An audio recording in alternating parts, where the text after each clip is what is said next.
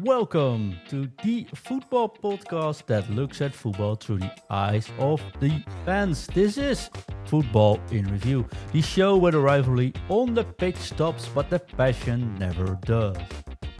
I'm Chris, a proud supporter of Rangers FC, and across the table, across the sea, is my friend and arch nemesis John. That's right, Johnny, with the red and white pride of Feyenoord in my heart. And the big question today is, of course, who suffered the most or had the most to celebrate over the past week? From the atmosphere at Ibrox to the magic of their couch, everything in between. We'll be discussing the highs, the lows, and the surprises of international football, all from our unique fans' perspective. That's right, so grab a drink, sit back, and join the discussion. This is Football in Review.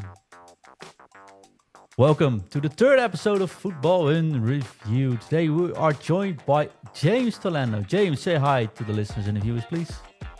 Good afternoon, good evening, listeners. How are we all? Good to be here. It's good to have you, James. But before we take a deep dive into your club, James, Chris and myself have something to discuss in our first topic of today's show. It is time for the fans' perspective. But Chris, this week we're going to do things a little bit different, shall we? Normally we start the show off with a personal recap of our own clubs.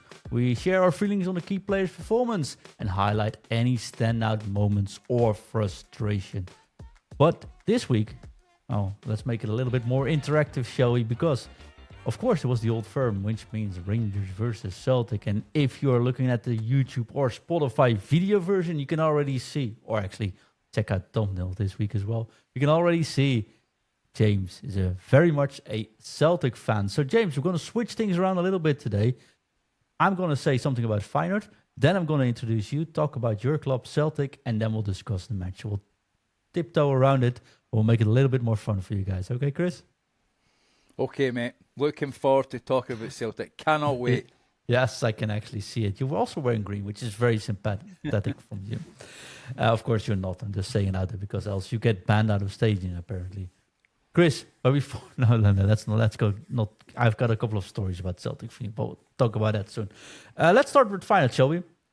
We ended last week's conversation with the fact Feyenoord played the derby against Sparta in Rotterdam, of course. Sparta was in good shape, won 2 out of 3 matches, and actually looked really good, and the only opponent they lost was versus PSV, of course.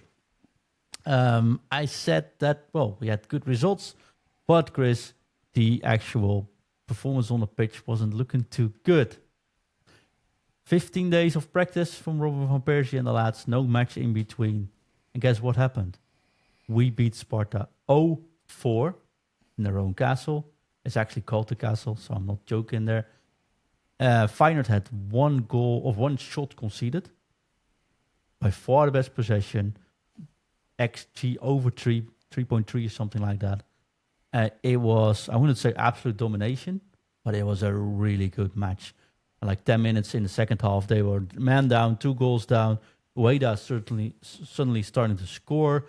Made me so happy that I took a 25-year-old shirt this week to wear on the show. Chris, have you seen anything from the match? I haven't, mate, but I do see that you are top of the league. Well, that is absolutely brilliant. And if you look at your goal difference as well, 4 goals, 8 lost 1. I mean, that is a great record, that. Yeah, 4 played, 8 scored, 1 conceded. Yeah, but that's looking good as well. And we played 1 match less than everyone else. Not everyone else, than most of the teams. And honestly, PSV lost. We'll talk about that in a moment of the week. Ajax drew. Doesn't look good for them at all, honestly. We were also a little bit lucky with the competition, of course. But yeah, leading the league after 3 matches and everyone else already left points on the table is a pretty good feeling, a very uncommon for Feyenoord fans. We go into the international break with a good feeling, I actually think. So, and unless someone gets sold in the next hour while we're recording this, I think the team looks pretty packed as well. I mean, if you look at your matches, John, you've got Heerenveen next at home, haven't you? And then Fortuna Sittard, is that right? And yes, then also at home. also at home, and then away to AZ, which I imagine, don't know much about Dutch football. They have, I believe, signed Robin Proper, so you'll easily score goals there with him in the AZ team. So, looking at it, before you play Braga in the Europa League, I mean, you could be looking at another 9 points here, aren't you? AZ's always going to be difficult. It's a really good team, loads of good talent. Got two insane strikers, honestly, which could also play at Feyenoord, Ajax, or PSV with ease, I think. So they did really well there. But 15 out of 5 is, for the first time in years, finally a possibility to look at. So, but I think it's motivation, right? It helps with starting off good. It's a dream start we can hope for. So, I mean, before James goes into details, we did lose, of course, in Turkey, a pretty bad match. But competition, but in the end, always the most important for a club like Feyenoord. So let's hope we can we stick to it. And the way that scoring 4 goals in 3 matches is more than he scored all season last year. So that's that's pretty hopeful, at least. I mean, as I say, I don't know a lot about Dutch football, I'll be honest with you, but before you play PSV on the 26th of October, you could be a fair bit ahead, can't you? Yeah, but as a finance supporter, I don't know how you guys do it in Scotland, but I look at one match at a time, honestly, because every match can be a banana peel. So let's just take it one match at a time, shall we? And last year we started off really, not so good, but it looked pretty decent. And then we had a time where we had 14 injuries or something like that, just when we went into Europe. So, things can change really fast in football. And, well, we're just not even at 10% now. So take it slow. But the start is there. And it's a good start. And having 2 home games now is good as well, I think. Oh, definitely. I mean, I know we'll talk about more a week, but there was a shock result in the Eredivisie this week, wasn't there? Yeah, shall I just go into my moment of the week before we talk pure Scottish football then? I won't start the topic, but my moment of the week was definitely PSV versus Telstar. So the thing you have to know about Telstar is a club that got promoted. I don't have the statistics in front of me, but it could be 30 years or something when they last got promotion. They have a total budget, and there might be $1 million. I might leave $1 million on the table somewhere, but I think around 10 or 11 million. That's the full budget. So about a spare transfer from PSV is their complete budget. And they started really well against Ajax the first match. And they dominated this match. I do think they won 2-0 versus PSV at PSV played at home. PSV was, of course, probably a little bit underestimating them. But the energy these boys put in their squad, mate, it was amazing to see. Full press, all on, 90 minutes long. They couldn't walk at the end of the match. But it was insane to see. And of course, as a Feyenoord fan, it's good to see PSV stumble there. But the way they did it, sometimes you see those big clubs leave points at the table, like we spoke about last week, Chris, with United, for example. And, sorry, James, maybe a little bit about Celtic in Champions League. But more about, it feels like they don't put the energy in it, right? But the other teams aren't that highly motivated or that playing well. But they played really good football. It was amazing to see. So that was definitely my moment of the week. And I like the trainer where they said, like, yeah, you can't play attacking football all year long with a team like this. And he's like, nope, but we're certainly going to try, because if we relegate playing defensive football, it was a poor year for everyone. If we relegate trying to get matches like these in, at least we'll have fun. Well, I can applaud that. So, and they looked good. I can applaud this. And full stadium. They like the funny thing about Telstar is they rebuilt their whole stadium. They had to rebuild the whole stadium to play in the Eredivisie. So new stands, new rules, new fences, everything. And it was just barely built in time before the season starts. So yeah, dream scenario for them and a pretty cool start. Well played against Ajax and really well played against PSV. So hopefully they lost the momentum whenever they play against Feyenoord. But it was definitely my moment of the week. Chris, do you have a moment of the week you want to highlight before we talk Scottish football? Or very similar to you, John. Actually, I want to talk about the Tottenham versus Bournemouth game. Spurs, who in the summer partied with Ange Ball. I'm sure James will talk wonderfully about that, the style of football that Ange brought to Celtic, I think, which most fans admired, to be honest with you. Didn't work out at Spurs. They did win the European Cup, not the European Cup, but a European Cup for there. But I happened to watch the highlights on Saturday night and marvelled, if I say marvelled, at the way Bournemouth played. If you think about it, AFC Bournemouth play at the Vitality Stadium. The capacity at the Vitality is 11,307. This is a proper Premiership club. They go to Spurs, who's got that world-class stadium, which holds over 60,000 people. And so they went there, and Spurs' first shot on target was the 68th minute. And the way that Bournemouth attacked was unbelievable. The way they pressed was absolutely tremendous. Antoine Semenyo is, I think, one of their star players. He was wonderful as well. And when he had the ball, the players running at the box beside him, 3 Bournemouth players at a time. And I looked at it. I happened to look at the stats. To say that Spurs had a bad game, their XG was 0.17 at home. They had 1 shot on target against Bournemouth 6. And if anybody can catch those highlights, it's well worth doing just to see the way Bournemouth play. Areola has got them well drilled, and they're playing absolutely amazing for a club that gets just over 11,000 fans at a home game. It's unbelievable they can hold their own against one of the big clubs in England. Well, you said 0.17, right? XG. 0.17 XG, yes. 0.17. So remember that number. I will be coming back later on XG stats. It's fine, John. I have millions of Fenerbahce stats for us ready for the next segment. Don't you worry about it. This podcast is either going to end our friendship or we're going to be best friends forever. Let me introduce our dear guest today. Let's jump into the fans' perspective and mix that up with your with the fans' experience from your side. It's time for the fans' perspective.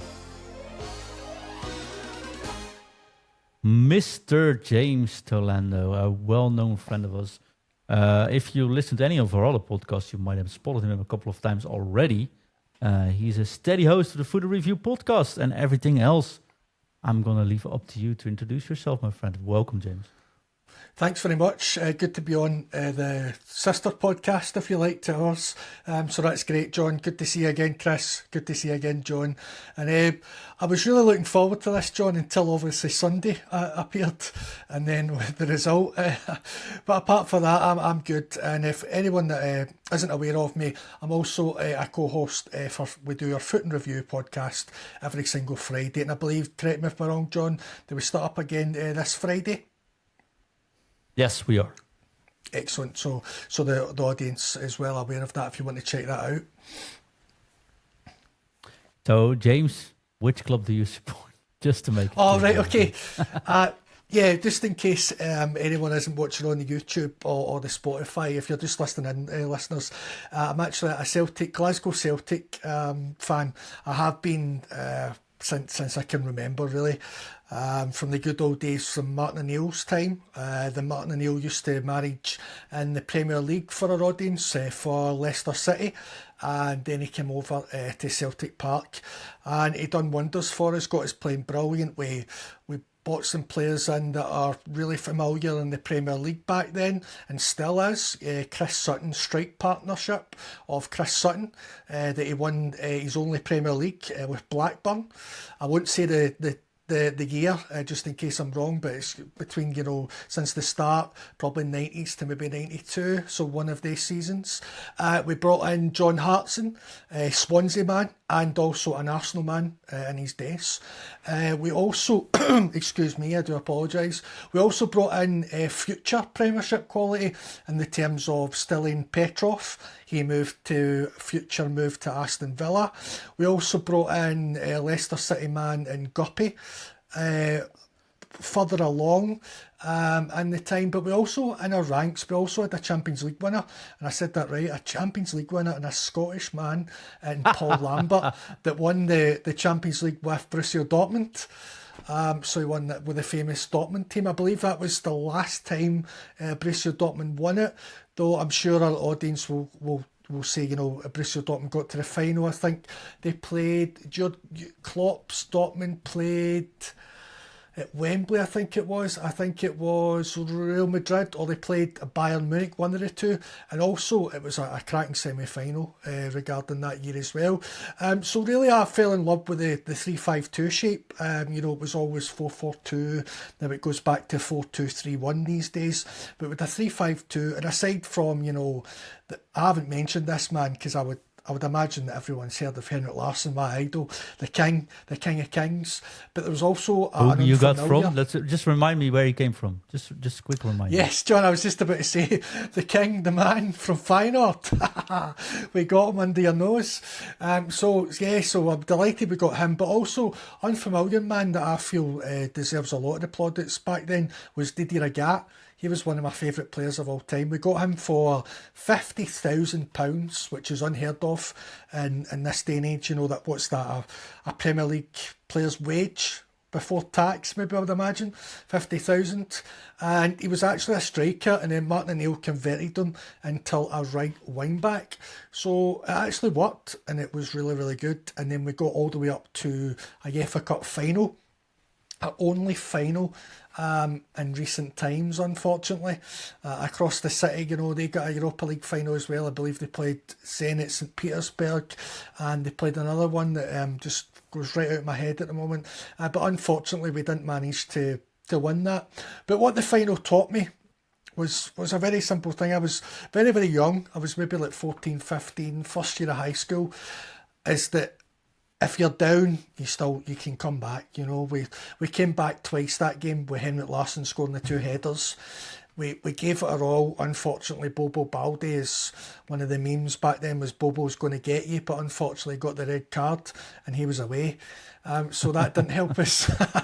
That didn't help us at all. But it showed a fighting spirit, really, and I've always tried to put that in life, really, never give up. So that's what the Celtic team taught me. And then, going, when I used to go to the games years and years ago under Gordon Strachan, what a period he gave us. It was just fantastic. He got to, I believe, the last 16 of the Champions League. We played Kaká's AC Milan. That was also for our audience that's Scottish. Yeah, I think that was the game that Dida get assaulted that game with a tap of a finger, and they went down like get shot, Chris. But it was. Yeah, get tickled. But nevertheless, the fans should be on the park, but that's a story for a different day. But yeah, it was really, really good. We were also spearheaded by a man that actually cost us a league title, and Scott McDonald. He scored, for the listeners unaware. Scott McDonald, we were just maybe a few minutes away for victory from another league title one year. We were playing Motherwell. It was 1-0, and Scott McDonald played for Motherwell, and he scored the clincher to make it 2-1 Motherwell, and it was also known as Helicopter Sunday.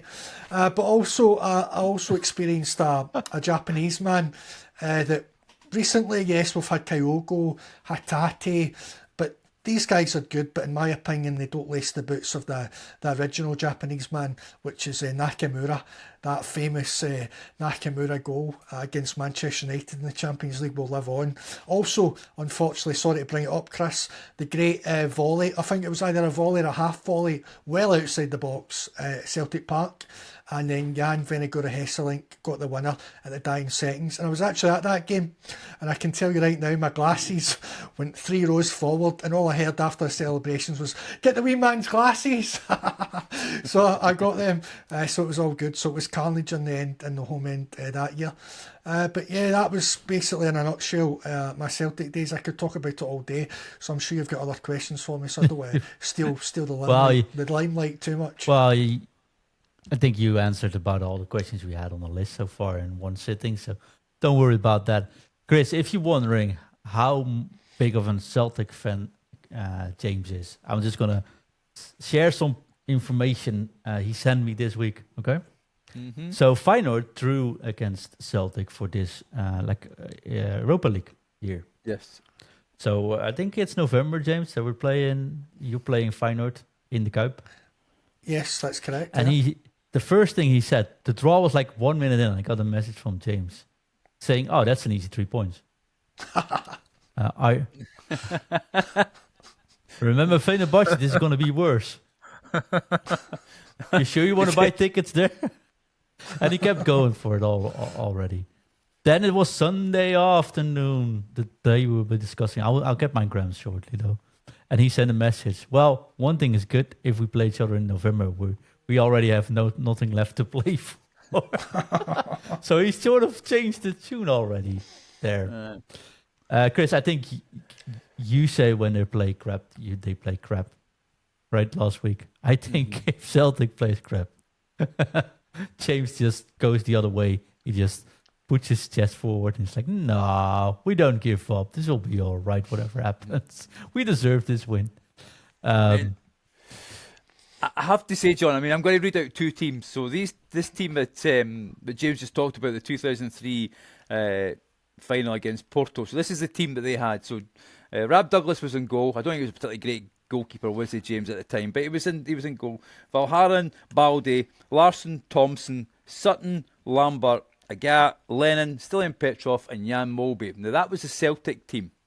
Okay, the Rangers team that won the league that year was Stefan Kloss, Craig Moore, Amoruso, Newman, Ferguson, Moles, Rickson, Caniggia, Avaladze, Arteta, and Ronald de Boer. Let me tell you something. 4 Dutchies, though. That's the difference. But if any of those two teams took the place on Sunday, as they are now, they'd have won the game. Let me tell you, that's how bad this game was on Sunday. And we'll get to it now. It just shows you the absolute decline. I don't know if it's in Scottish football. I don't know what it is, why we have suddenly went so far backwards. And it's maybe a show for another day of why Scottish football is so poor. But I mean, if you look at that Celtic team, that is made up of some real class players. You know, Larsson, as you say, was one of the greats of that time. I mean, Sutton, Premiership winner. Stilian Petrov, I mean, what a Rolls Royce of a player that was. You know, Lambert, as you say, you know, a Champions League winner. I know you slag off big Bobo Baldi, but he was a monstrous defender at the back. You know, he was a type of man that would stop you. You always say you don't want to meet him in a dark alley because he was absolutely massive for there. And you know, Jan Molby, Swedish international as well. And then you look at the Rangers team. You know, as you say, John, there was Dutch players, Michael Moles, one of the best strikers I've ever seen for turning with the ball. Arteta, who's now the manager at Arsenal, played for Rangers at the time. Ronald de Boer. I mean, it just shows you the quality and that was that's 22. Step over Newman there as well, because he's. No, I mean Newman again. You talk about good. Rolls Royce players. He was an absolute Rolls Royce. I mean, Stefan Kloss is up there with one of the greatest goalkeepers in Rangers history. Big Ammo.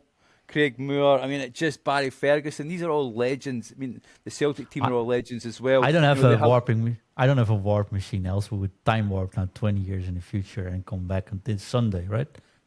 So I knew, of course, this was the match we're going to discuss. So I was like, okay, I've got Feyenoord to watch. I've got, of course, Formula 1 to watch. But I have to watch the Rangers match this time. So I bought myself a subscription from a company I won't say. Because they're not sponsoring us. If you sponsor us, I mention it, of course. €7, just putting it out there, €7 to watch one match. That was one match, though. It was definitely not worth my €7.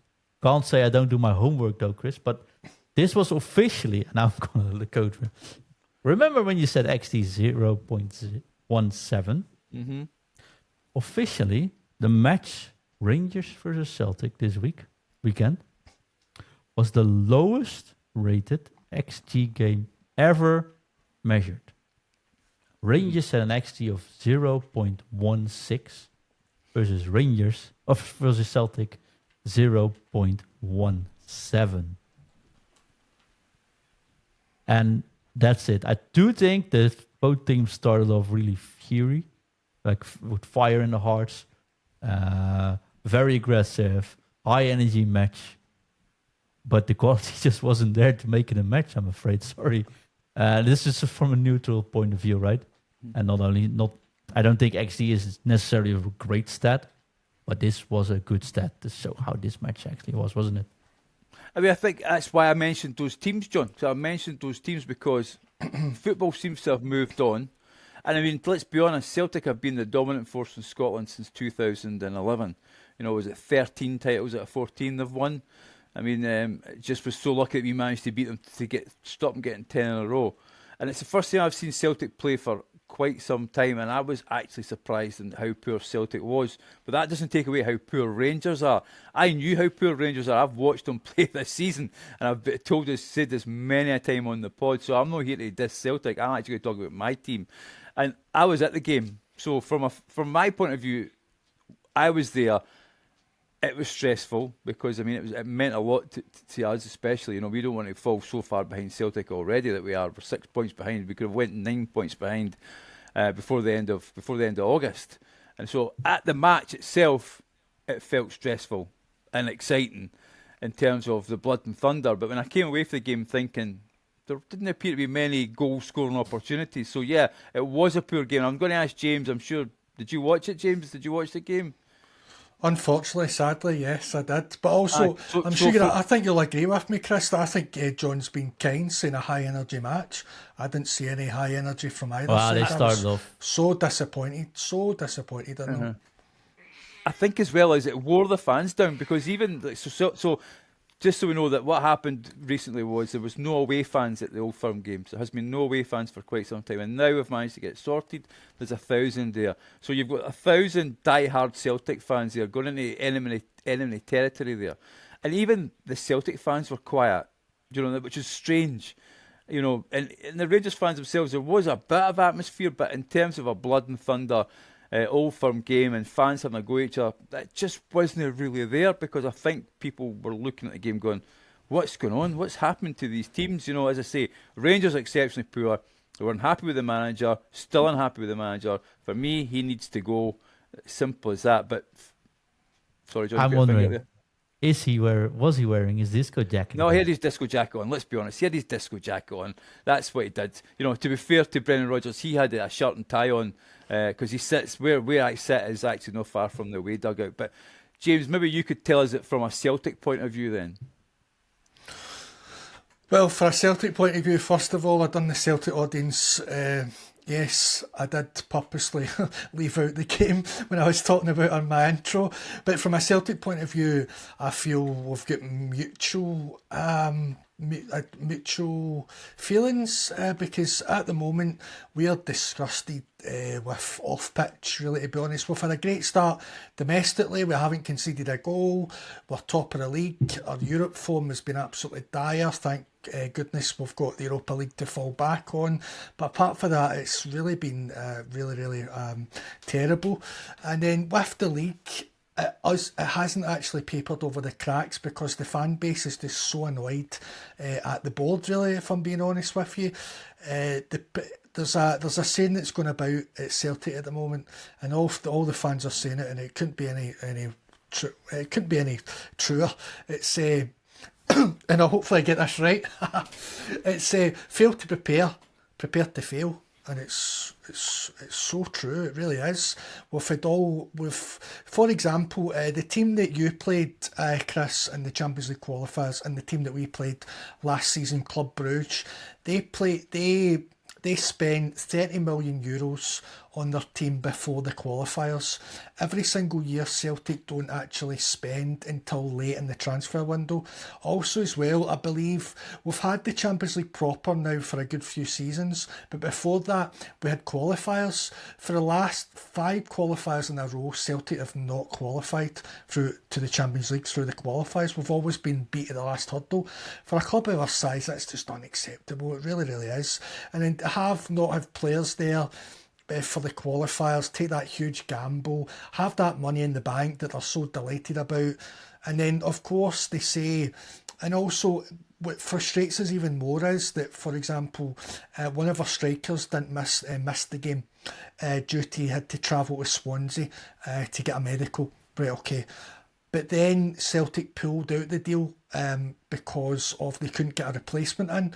However, 5 weeks prior or 6 weeks prior, we let Kuhn go, which arguably was our best player in Europe anyway.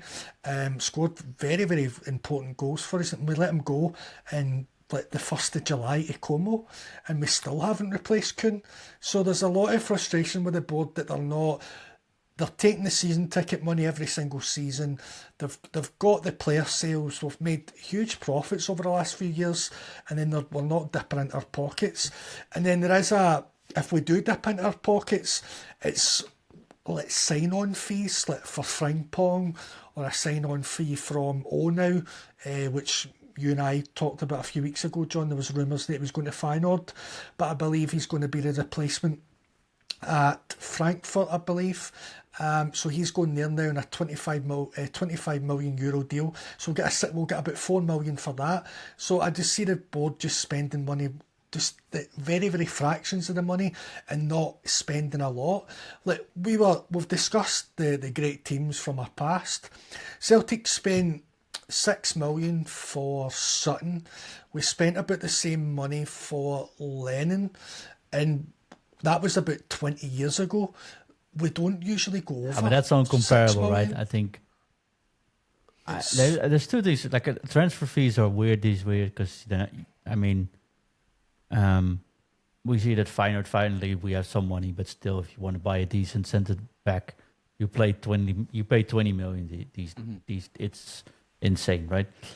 So I don't think you can compare it. But the other thing is, 2 weeks ago, I'd agree with you a little bit more. Like if you don't invest in advance, you can't make that, right? But then this weekend, that's why I wanted to discuss. Chris mentioned also, but also for example, Telstar, they have a budget for 10 million, and that beat a PSV squad that's worth 180, something like that. And like with energy, but also a clear plan. They definitely analyzed them well. They kept the strategy going. They were smart about it.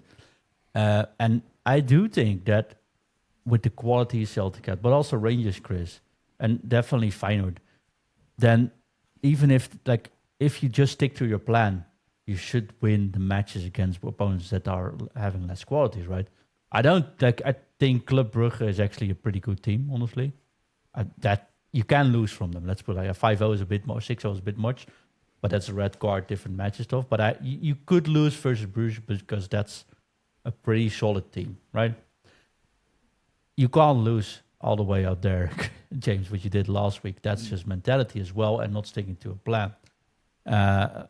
Rangers last week, exactly the same. And Feyenoord was really poor against Excelsior, but won because they stuck to a plan and scored one goal. And then sort of, at least we got 3 points going. Hopefully do better with that. Transfers are weird. I saw Fenerbahce renting a player for 20 million. Just renting him for 1 year for 20 million fee. That's the weird times we're in. We see Liverpool going with Isaac for I don't know how much, right? It's insane numbers. But I think on the basic of everything, there is a strategy, a team spirit, and a plan you got to stick to. And I think that's sometimes missing. And I think also that is something you can get in even if you don't spend all the money in the world or all the money you have in a certain team. That's my Just point. my 2 cents about it. Yeah, I totally agree, definitely. I mean, I mean, I'm not sticking up for James. Imagine a Rangers fan sticking up for a Celtic fan. But I mean, you sold Jota for 25 million in 2023 to Saudi Arabia. You've had Virgil van Dijk. I mean, the scouting at Celtic has been exceptionally great. You know, not that long ago, Frimpong, when he got sold for 12 million to Leverkusen. I think everybody was scratching their head going, wow, what have they seen in this? Because this player didn't look a 12 million pound player. And now look up now, he's at Liverpool and I'm sure he's in the Dutch squad, John, isn't he? Yeah. Well, you know, secondary. I think Dumfries. Dumfries is better, actually. Yeah, but he's a Dutch international, isn't he? I mean, you know, for to be, you know, to go to Liverpool, who are the champions of England, and the budget that they've got, certainly this season, just shows you what type of player they've got. So yeah, I don't understand why Scottish football is so far down the pecking order. You know, there are other teams in Europe. To be fair to Hibs, they've probably punched above their weight. Aberdeen, Dundee United have been poor. Aberdeen are lucky that they're in the Europa Conference, but I think Scottish football, there's something not quite right in Scottish football when we have not really moved on fee-wise. Prices have went up. You know, we pay a lot for our season tickets and our tickets as well. You know, attendances are, you know, we're I think we're one of the highest, 8th highest in per capita for attendance in the whole of Europe, behind England, etc. For those sort of things. So there's no reason why Scottish football has not got the money. It's very, very strange. And one thing I'll throw back to James as well is, Celtic have always had quite a good conveyor belt of young talent coming through, and there doesn't appear to be that at Celtic at the moment. Well, now what's happening is English teams are poaching the talent. The talent want to go to the Premier League now. With Ben Gannon Doak, he went to Liverpool, didn't play that much, and then went to Bournemouth for 25 million. We had another boy last season that left for a lower league team as well. So yeah, sometimes we've had youngsters, especially Rangers as well. But now, yeah, when you're at Celtic, the aim isn't. It's all the Premier League's always the where you want to be, but as a young Scottish guy, you want to stay at Celtic. But that doesn't really be the case, to be honest. Now it's and also as well with a league, if you get now players playing after 2 or 3 years in a league, they're less motivated. They just want to go, Mm-hmm. So, yeah. But also if I was to play devil's advocate, just so I can give full transparency and represent both sides of the coin in terms of the fan base. We spent 11 million in Engels, we spent 6 million in Trusty, and we spent, again, it was just in my head and it's now gone. So you could argue that, okay, the board backed the manager, then these players haven't really, for 9 million. So there's 3 players there that is a big turnout of money. So you could say, right, okay, well, the board did back Brendan Rodgers, but now they maybe not trust him. But I still feel there should be more investment. You always want more for your football club. All 3As will relate to that. But I just want to say that as well, just so the audience and everyone gets the full transparency. Yes, we have spent last season, but I won't. But look, Rangers, I feel Rangers have done good business this compared to us, and we haven't got a plan at all. And also from a modern perspective, we don't have a plan behind the scenes in terms of director of football. Yes, the recruitment has been decent, but we haven't got a full a plan in place or a structure, really, to be honest with you. And then if we could use what John said about the budget of Telstar, it annoys me that, no disrespect to Telstar, that a smaller reputational club has got a plan in place on the pitch and off the pitch for their budget, whereas Celtic don't have one at the moment, and that really annoys me. And also as well, the deadline in Scotland is 11 p.m. tonight. Just for the audience, it's 5 to 8 UK time, and there's no really been any inklings of a permanent striker, so that worries me. And then Ida's away as well to Swansea, so it worries me for the season ahead, like who's going to play up front for us. And then again, you could argue it's the modern day, our defenders just pass it sideways and back, and that really, really frustrates the life out of our support. Yeah, Chris, you had something to add. Yeah, I wanted to correct myself, John. Actually, Scotland is 8th in terms of, for 2023-24, Scotland was 8th. And that was actually the total attendance. I do apologise for that. So we have 5.5 million people in this country, quite a small country. Turkey has 85 million people, and they only had 400 more thousand fans. So actually we have 18.36 fans per thousand. So that shows you we are far higher than anybody else. So Scotland, although the money from teams that usually doesn't come necessarily from a high percentage from their fans. No, but what I'm saying is in terms of... Yeah, I understand that, but in terms of a football nation, True. Yeah, whenever I visit Scotland, Chris, you know this, I'm always surprised by how much football lives in the street, how much more that is. I mean, every bar you go into, it's about football. Everywhere you look, there's football jerseys. It's always about football. You go into a chippery, and there's football on the telly. I mean, we don't have that here. Everyone loves football, but we discuss it when we're home or in the club. You guys, it's everywhere, and I think that you guys breed football. So I definitely agree on that point for sure. But yeah, I don't necessarily think it makes for good football. Although I've got one thing which I discussed this weekend. We also do football analysis for clubs, right? And most of the clubs, and we were discussing it about Leverkusen, because one of the big news this weekend is I think Erik ten Hag got fired after 3 matches, and they sold basically the heart of the team.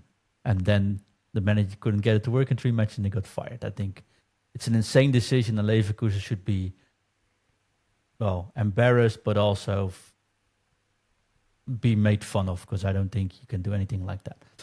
But you have to give managers at the start of the year a little bit of time. It's been a long season last year. Many of the players also had a World Cup club football after it. Then came back. Season starts a little bit early as well because of the World Cup. And you got lots of new managers coming into place. And I do think, I'm not going to be protecting the disco jacket here, Chris, but usually around the end of September, teams, then that's the time where you can actually judge teams. And the problem with Scotland, of course, is that you have a 2-team competition, honestly, which you might have already lost the league there. Although I do think for the longevity of the club and the manager, I do think, and I was the same with Van Persie 2 weeks ago, and I started to play football. That's not good. But now 2 weeks later, it's already much better. I think you can really judge it by September and end of September. Be fair. And sometimes I do think clubs should give at least the managers the time until that. How harsh that sometimes feel to not do that. But No, case in point is probably Ange Postecoglou, and I think we should end the show on a high, John. I mean, I think most Rangers fans, to be fair, Ange Postecoglou was behind, I think, at the end of the year, and we had the Omicron virus, which got the games suspended. And I think if Rangers had played potentially Celtic at the New Year game when they were meant to play them, they might have been in a different situation. But to be fair to Ange Postecoglou, he won the league that year, and he went on to play some stunning football. So I think we should let James talk about Ange Ball and finish the show on a high. no, and let's not talk about Ange Ball, but I do want to talk about some quick questions over Celtic, if that's okay. I know, but I got an important question about Celtic. The question I will be asking every single guest, every single week, because I like it so much. And we got a lot of comments about the thumbnails we make for these shows. It's about the mascot. James, what's your mascot called and how does he look? Hoopy. Excuse me. Our mascot is called Hoopy. You get emotional there, Chris. One more. He's called Droopy? Hoopy. Hoops. Hoopy.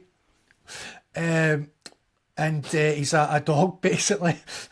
Have you got a picture to show the audience, John? The people that are it's watching. It's going to be on the thumbnail. Don't worry about it. He's right. He's So going to you'll be. see it on the thumbnail. That's our mascot, Hoopy. Chris, any other questions you might want to ask about Celtic? Well, no, I think we need to. We've James and I have had the been. I think are both a little bit down on our teams. But James, is there one game in particular that really stands out for you? What, in terms of this season or just whenever? No, just in terms of watching Celtic. Is there one game that you look back on with real emotion and fondness? I would love to talk about Ange Postecoglou, but I would probably say Celtic when we beat Rangers at Celtic Park 2-1. Gordon Strachan said that actually on Sunday that he went 4 games without a win against Rangers, so they had a tough time. I always remember we had tough games, but I didn't really remember that. So I would probably say the game that I was at, me and my friend, 2-1, Nakamura scored that beautiful goal, and then we got it at the death, Jan Verigura Hesselink. If only we could have a couple of players like that at the moment, would be absolutely sensational. Honestly, if we could have a Nakamura, creativity-wise, a big forward man up front. And yes, John, I was speaking about a Dutchman, so yes, I done that for you, mate. So Jan Verigura and Nakamura. So without a shadow of a doubt, I'd probably say that in terms of old firms. And then obviously the 6-2 game, that Larsson scored that chip, but I only watched that on television, so I'd probably say that's close to my heart, definitely. And then the game, if we're talking about Europe and finishing a high.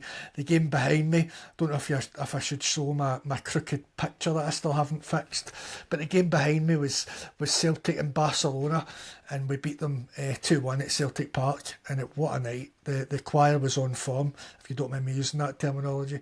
The choir was on form that night, and we really belted it out, and it was fantastic. What a atmosphere it was. Lovely. We'll be doing this again probably in November when Feyenoord plays Celtics, and then Chris can ask the questions.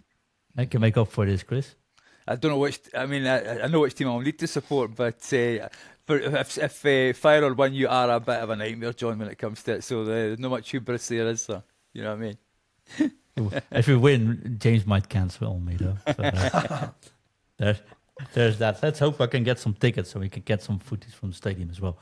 In other news, Chris, it's time for the last topic of the show. It's time for our predictions. Do we have to do this, John? Do we have to do this? We have to do this, yes. Yeah, because you're top of the league, aren't you? That's the thing about it. So Probably. It's my weekend now, yeah. Yep. So, John, to be fair, What was the result before we started last week? So we had Genoa versus Juve, which ended with a 1-0 victory for Juve. The mighty Hertha versus Elversberg didn't end well for Yohannes, unfortunately. It was 2-0 for the away team. Unfortunately, Hertha got beat.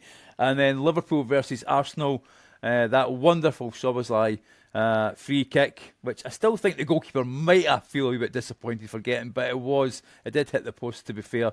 They won 1-0 against I've this. never So John, seen a player run so much as Szoboszlai, by the way. especially not in his position. Is he not playing Right back. right back or left back? Right Yeah, back. I saw him run forward, taking the ball or going on transition. He had one sprint of 200 meters going back and forward in one run. Insane. Just putting that, and of course the free kick was magical. But yeah, that cool match to watch as well. But Chris, the last match wasn't 4-3, unfortunately.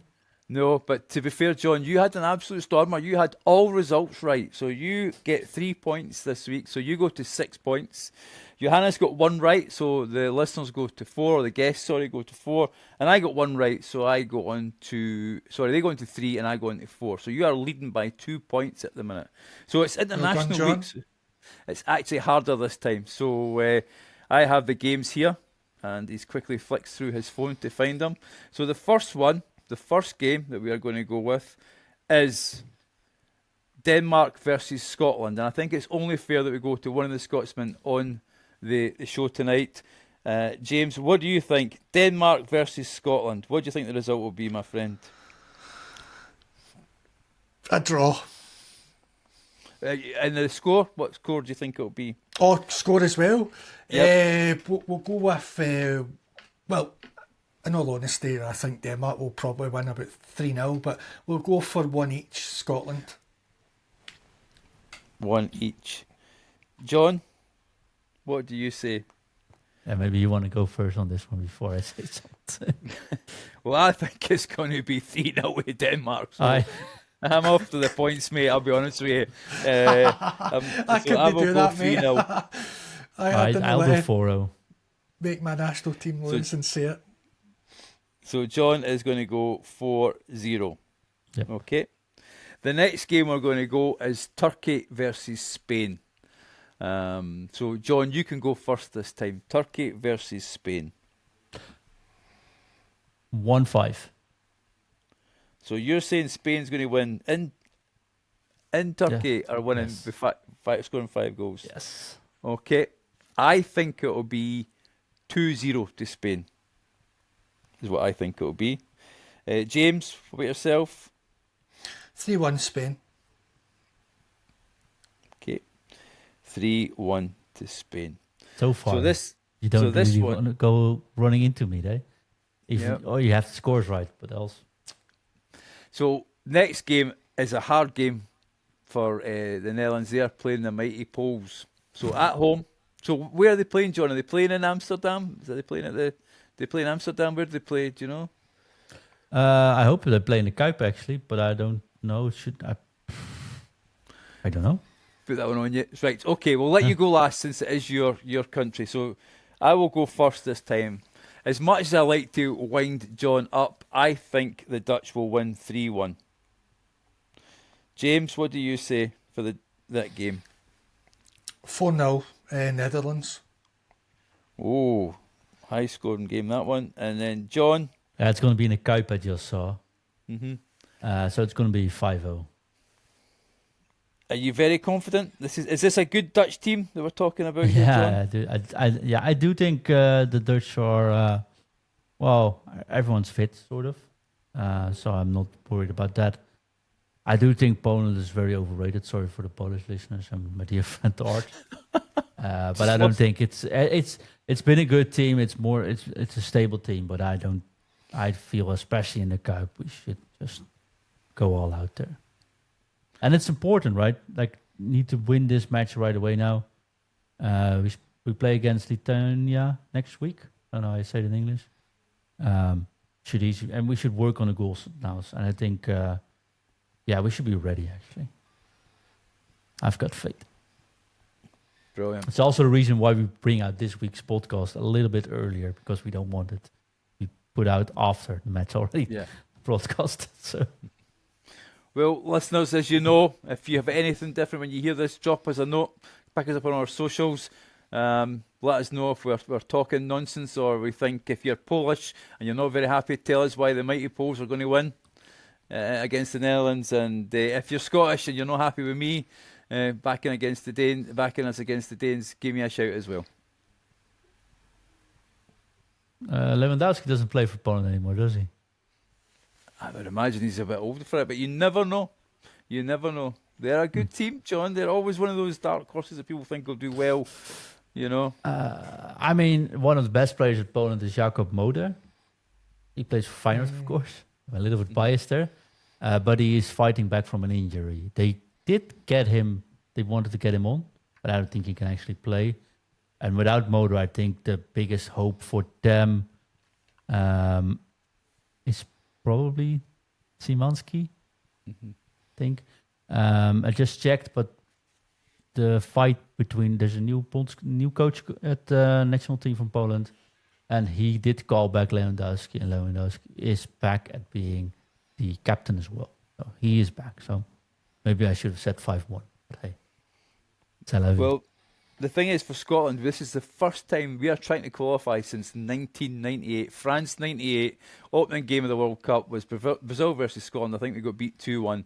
And there is generations now have never seen Scotland play in a World Cup. So hopefully we get there this time. Yeah, would be nice. I hope so. Would be nice to play you there as well. Yeah. But then again, that's my good friend Maros. The Greece is in our group as well. So we might not get to go back to Crete if we actually stop them from qualifying. Talk about Greek. Feyenoord has one striker. We bought that part. It's been 2 decades ago, but it's still a Feyenoord story. We bought that striker from Ajax, which of course you don't do that, right? It's Charisteas. Charisteas scored the winner at the European Cup finals. So Charisteas is like a hero in Greek. For everyone Feyenoord, he's like one of those demons. Should never been played with Feyenoord. He played horrible as well. He has Ajax history. It's just everything was wrong there. Last time I was in Greek, I made a couple of jokes about Charisteas not realizing how big of a hero he is in Greek. So now I can't wear any Feyenoord jerseys anymore when I'm over on holiday. So if I survive that, I think you'll be fine if you guys beat them for the qualification, Chris. I'll be honest with you, I don't see it, John, so I think we're kind of safe there. You never know. Stick to the plan. Wear your disco jacket and I'll be fine. James, thank you so much for having me, for being on, I mean. Where can people find you if they want to say hi? Yeah, thanks very much for coming on, John. I really enjoyed it. It was good. And if anyone wants to follow me, it's just everywhere on social media is just Tolando77. Yes, check out Tolando's story as well. It is pretty awesome. Chris, see you next week for the last time before you go on holiday. Definitely, my friend. Can you give people a heads up about what the club for next week is going to be, though? Birmingham City. Yes. We're going into, is it Peaky Blinders territory? It's Peaky Blinders and Tom Brady. So a bit of Peaky Blinders and NFL royalty as well. And we've got a great guest coming on to talk about a team that's on the up, I think. Champions of League One in England with the most points ever, I believe. And a team that can spend £15 million on a striker in League One in England. So really interesting conversation there. Yeah, it's going to be fun. James, thank you so much. See everyone next week. Bye-bye.